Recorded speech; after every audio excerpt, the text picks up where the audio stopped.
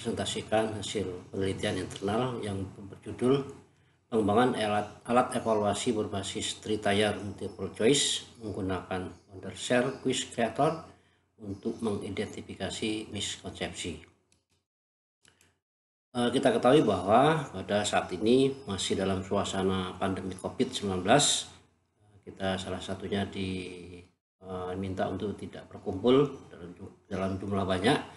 Kemudian kita juga harus menerapkan kegiatan menerapkan prokes, dan di samping itu juga pembelajaran kita laksanakan secara daring, atau walaupun sudah ada yang sekarang itu yang luring. Nah, terkait dengan pembelajaran itu tidak lupa kita juga melaksanakan evaluasi. Evaluasi yang kita gunakan, yang kita lakukan itu juga harus memperhatikan suasana atau kondisi pada saat ini. Bentuk evaluasi yang digunakan itu ada yang bentuk multiple choice atau pilihan ganda, ada juga yang berbentuk uraian atau juga gabungan dari uraian dan pilihan ganda. Nah, terkait dengan bentuk pilihan ganda, kita juga harus bisa berkreasi untuk bisa meyakinkan bahwa evaluasi yang kita laksanakan itu valid atau bisa diterima. Nah, kita menggunakan untuk itu kita menggunakan alat evaluasi multiple choice, bentuk multiple choice tetapi tiga tingkatan, atau kita sebut dengan Tri-Tier Multiple Choice. Untuk bisa digunakan kalau menggunakan daring nanti ataupun luring, itu bisa juga untuk memperlancar dalam pelaksanaan evaluasi. Alat evaluasi nanti kita gunakan aplikasi Wondershare Quiz Creator, sehingga penelitian ini akan kita membuat alat evaluasi berbasis Tri-Tier Multiple Choice menggunakan Wondershare Quiz Creator. Nah, setelah kita melakukan atau pengembangan alat, nanti alat ini kita gunakan untuk mendeteksi miskonsepsi. Tujuan dari penelitian ini pertama adalah mengembangkan alat evaluasi berbasis Tri-Tier Multiple Choice menggunakan Wondershare Quiz Creator, kemudian menentukan jenis miskonsepsi peserta didik menggunakan evaluasi berbasis Tri-Tier Multiple Choice menggunakan Wondershare Quiz Creator. Metode penelitian yang kita gunakan adalah jenisnya adalah penelitian pengembangan dengan model 4D. 4D terdiri dari define, nanti yang akan kita lakukan itu adalah kegiatan analisis awal akhir, analisis peserta didik, analisis konsep, analisis tugas, dan perumusan tujuan. D yang kedua adalah desain. Di kegiatan itu akan menyusun tes acuan patokan, pemilihan media, pemilihan format, dan rancangan awal. Kemudian D yang ketiga yaitu pengembangan atau develop. Di kegiatan yang akan dilakukan itu adalah uji kelayakan atau validasi ahli dan juga uji coba pengembangan. Nanti akan dilakukan di kelas 7A SMP Negeri 5 Lamongan. Hasil uji digunakan untuk menganalisis butir soal dari validasi, dari validitas, dari reliabilitas, tingkat kesukaran, daya pembeda, dan efektivitas pengecoh. Di yang terakhir itu adalah penyebaran, nanti disebarkan di seluruh kelas 7 SMP Negeri 5 Lamongan secara luas.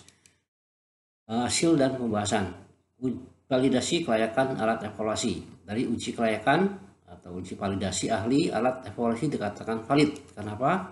Penilaian dari ahli materi itu 91,5%, penilaian ahli media sebesar 95%. Nah, kedua kategori ini termasuk kategori layak.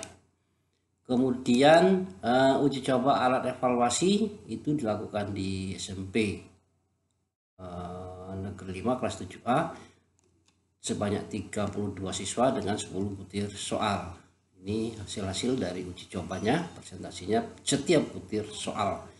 Kemudian hasil uji coba ini selanjutnya digunakan untuk analisis butir soal. Kemudian selain dari validitas, uji coba itu dilakukan untuk juga melihat respon siswa. Respon siswa dalam hal ini adalah sangat menarik atau 81,81%. Ya, dilihat dari penarikan, kualitas isi, kebahasaan, dan kemudahan. Kemudian selain itu juga analisis butir soal ya. Dari validitas ada 10 butir soal tadi, 9 valid dan 1 tidak. Dari reliable juga 9-nya reliable, 1 tidak. Jadi nanti soal yang kita gunakan untuk diseminasi atau penyebaran itu sebanyak 8 soal. Selain itu juga dari tingkat sukaran 90%, 50% sedang, 30% sukar, dan 20% mudah. Kemudian daya pembeda, 3 soal sangat baik, 6 soal baik, dan 1 soal cukup baik. Aktivitas pengecoh termasuk efektif. Tahap penyebaran atau diseminasi guna melihat miskonsepsi peserta didik dilakukan di semua kelas 7 ya, kelas 7B sampai kelas 7E, SMP Negeri 5 Lamongan ada 120 peserta didik dan soal yang digunakan sebanyak 8 butir. Nah, ini hasil dari deteksi miskonsepsi. Ada kita golongkan, ada pemahaman konsep, ada miskonsepsi, ada tidak paham konsep. Dari paham konsep ada 39 siswa atau 32,5%, miskonsepsi ada 67 siswa atau 56,2%, sedangkan tidak paham konsep ada 14 siswa atau 11,3%. Di sebelah kanan ini adalah juga tampilan dalam bentuk diagram batangnya. Jenis miskonsepsi yang dilakukan siswa, dari 67 peserta didik yang mengalami miskonsepsi tadi, ada 18 peserta didik atau 50% itu termasuk klasifikasional, 23 peserta didik atau 19,1% termasuk miskonsepsi korelasional, dan 26 peserta didik atau 22,1% termasuk miskonsepsi jenis teoretikal. Kesimpulan, pengembangan alat evaluasi berbasis Tritayer Multiple Choice menggunakan Wondershare Quiz Creator dengan tahapan 4D, yaitu tahap Define, Design, Develop, dan Disseminate. Alat evaluasi berbasis Tritayer Multiple Choice menggunakan Wondershare Quiz Creator dikatakan layak karena memenuhi kriteria valid dan efektif. Kriteria valid berdasarkan penilaian ahli materi sebesar 91,5% dan ahli media sebesar 95%. Keduanya termasuk kategori sangat layak. Kriteria efektif berdasarkan hasil respon peserta didik tergolong sangat menarik atau 81,81%. Dan analisis kualitas butir soal, uji validitas butir terdapat 9 dari 10 soal yang valid dan terdapat 9 dari 10 soal yang reliable. Selain itu juga tingkat kesukaran, ada 5 soal sedang, 3 sukar, dan 2 mudah. Daya pembedanya 3 soal sangat baik, 6 baik, dan 1 cukup baik.